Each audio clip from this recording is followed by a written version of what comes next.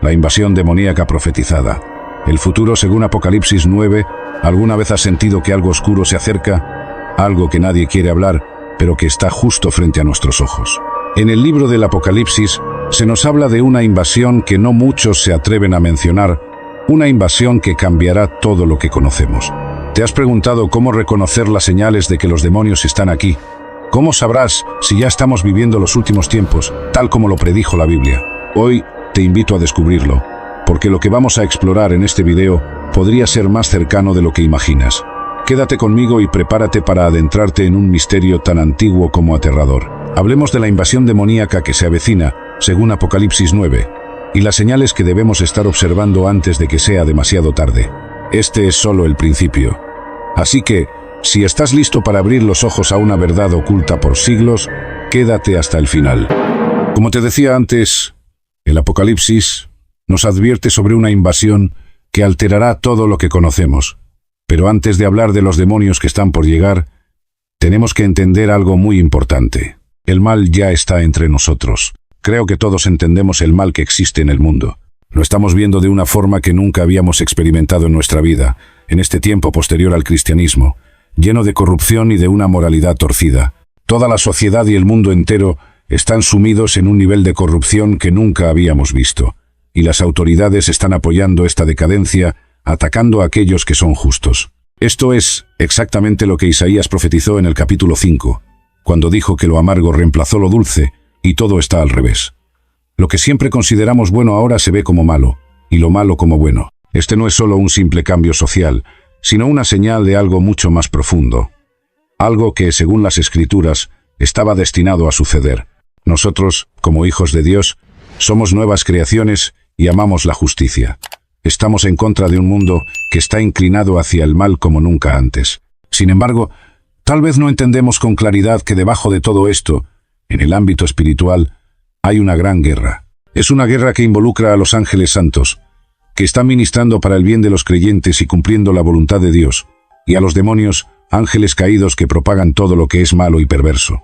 Este es el mundo invisible que la Biblia nos muestra en varios pasajes, especialmente durante el ministerio de Cristo, cuando los demonios se manifestaron de forma abierta. Debemos entender que estas dos fuerzas están luchando en el ámbito espiritual y todos estamos de un lado o del otro, o somos compañeros de Dios o compañeros de Satanás. No hay un punto intermedio. Y dudar de esta realidad es el error más grave que uno puede cometer, porque tiene consecuencias eternas. El cielo nos llama a través de Jesucristo y el Evangelio, mientras que el infierno nos llama a través de las mentiras y engaños de Satanás. Esta lucha no solo es evidente en la sociedad, sino que también se oculta en las sutilezas que Satanás utiliza. Cada ser humano, de alguna forma, pertenece al reino de Dios o al reino de Satanás, y si no estamos con Dios, estamos con el enemigo. La batalla no es contra carne y sangre, sino contra los principados, las potestades y los gobernantes de la oscuridad. El mundo invisible es real, poderoso y extenso, aunque no lo vemos a simple vista. Aunque Satanás ha estado más oculto después del ministerio de Cristo, aún es claro lo que hace. Y aunque el mal es poderoso, hay un tiempo futuro, mucho peor que ahora, cuando Satanás y sus demonios tendrán poder absoluto sobre la tierra. Será un tiempo de engaño y seducción en el que muchos caerán, pero también habrá predicación del Evangelio, y algunos se salvarán, aunque muchos serán martirizados. Este será el periodo que conocemos como la Gran Tribulación, y aquellos que queden después del rapto de la Iglesia verán un juicio divino como nunca antes. El Evangelio seguirá siendo proclamado, pero al mismo tiempo, el juicio de Dios se desatará con una serie de sellos, trompetas y copas, lo que culminará con la segunda venida de Cristo. Este tiempo será de gran aflicción, pero también de esperanza, ya que el reino de Cristo finalmente se establecerá. En el futuro, durante la tribulación, veremos juicios divinos como nunca antes. Al llegar al capítulo 9 de Apocalipsis, nos encontramos con el sexto ángel y con la apertura del séptimo sello en el capítulo 8. Esto da lugar a los juicios de las 7 trompetas, que desatan devastación en la tierra. El primer juicio trae granizo y fuego, quemando una tercera parte de la tierra. El segundo juicio convierte el mar en sangre, matando a una tercera parte de las criaturas marinas. El tercero afecta las aguas dulces, convirtiéndolas en amargas, y el cuarto oscurece el sol, la luna y las estrellas. A medida que avanzamos, el quinto juicio desata demonios, representados como langostas, que atormentan a la humanidad sin matarla, pero llevando sufrimiento. Esto es solo el comienzo, ya que con el sexto juicio, el ángel libera a 4 ángeles atados en el río Éufrates. Estos ángeles, preparados para un momento específico, tienen el poder de matar a 1/3 de la humanidad con un ejército de 200 millones de jinetes. Los caballos tienen cabezas de león, y de sus bocas salen fuego, humo y azufre, causando muerte y destrucción masiva. A pesar de estos horrores, las personas que sobreviven no se arrepienten de sus pecados, como la idolatría, el asesinato, la hechicería, la inmoralidad y el robo. Esto nos lleva a la reflexión sobre el altar dorado de Apocalipsis. Este altar, que aparece en varios pasajes, simboliza la justicia de Dios y las oraciones de los mártires, que claman por venganza. En el capítulo 6, vemos a los mártires pidiendo que Dios juzgue a los que les hicieron daño. En el capítulo 8, las oraciones de los santos ascienden ante Dios, pidiendo justicia. Este altar dorado se conecta con el altar de sacrificio en el Antiguo Testamento, donde se ofrecían sacrificios por el perdón de los pecados. El altar dorado, ubicado dentro del lugar santo, era un lugar para la oración y la intercesión, pero esa comunión con Dios solo era posible después del sacrificio. El sacrificio simbolizaba el perdón, y las oraciones a Dios eran aceptadas gracias a ese sacrificio por el pecado.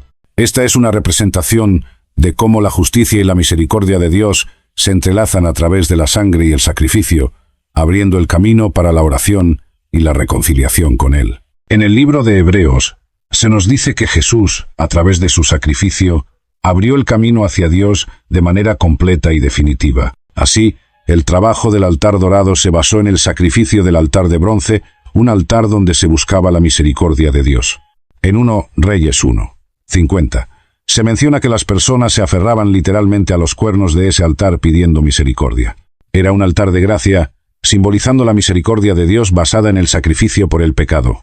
Una vez que los pecados fueron expiados, Dios podía mostrar su misericordia y liberar al pueblo de las consecuencias de su maldad. Sin embargo, en el libro de Apocalipsis hay un cambio dramático. El altar dorado, que en el pasado representaba misericordia, se convierte en un altar de venganza y juicio.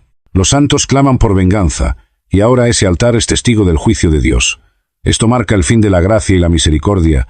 Cuando la humanidad ha rechazado completamente el plan de salvación de Dios, la maldad del mundo ha llegado a tal punto que incluso el lugar de la misericordia se convierte en un lugar de juicio. En el capítulo 9, el sexto ángel toca la trompeta y se le ordena liberar a 4 ángeles que están atados en el río Éufrates. Estos ángeles no son santos, sino ángeles caídos que han estado cautivos desde tiempos antiguos. Cada uno de ellos tiene un ejército, y la liberación de estos ángeles desencadenará una matanza masiva, con 200 millones de demonios liberados para causar la muerte de 1/3 de la humanidad. El río Éufrates tiene una gran importancia simbólica. Es el lugar donde comenzó el pecado en el Edén y donde se construyó la Torre de Babel, que originó las religiones paganas. Este río, que marca la frontera oriental de la Tierra Prometida, ha sido el centro de grandes imperios y religiones falsas. Al liberar estos demonios, Dios está llevando a cabo su juicio final. A través de la visión, los demonios son descritos como jinetes de caballos con características infernales, capaces de matar con fuego, humo y azufre. La magnitud de la matanza será indescriptible, pero lo más aterrador es la actitud de los sobrevivientes. A pesar de ver todo este sufrimiento y juicio, se arrepienten de sus pecados. El rechazo de la oportunidad de arrepentirse es la característica más sorprendente de este tiempo. La humanidad, incluso frente a la devastación, se niega a volverse a Dios. Este pasaje nos advierte sobre la urgencia de la salvación. A pesar del sufrimiento, las personas se aferran a sus ídolos, cometen homicidios, se entregan a la hechicería, la inmoralidad y el robo. El mensaje es claro. La gravedad del pecado y la maldad humana no tiene límite, y la única forma de escapar de esta condena es arrepentirse y venir a Cristo antes de que sea demasiado tarde. La Iglesia tiene la responsabilidad de advertir al mundo sobre la ira venidera, instando a todos a arrepentirse y aceptar el Evangelio para escapar del juicio que se avecina.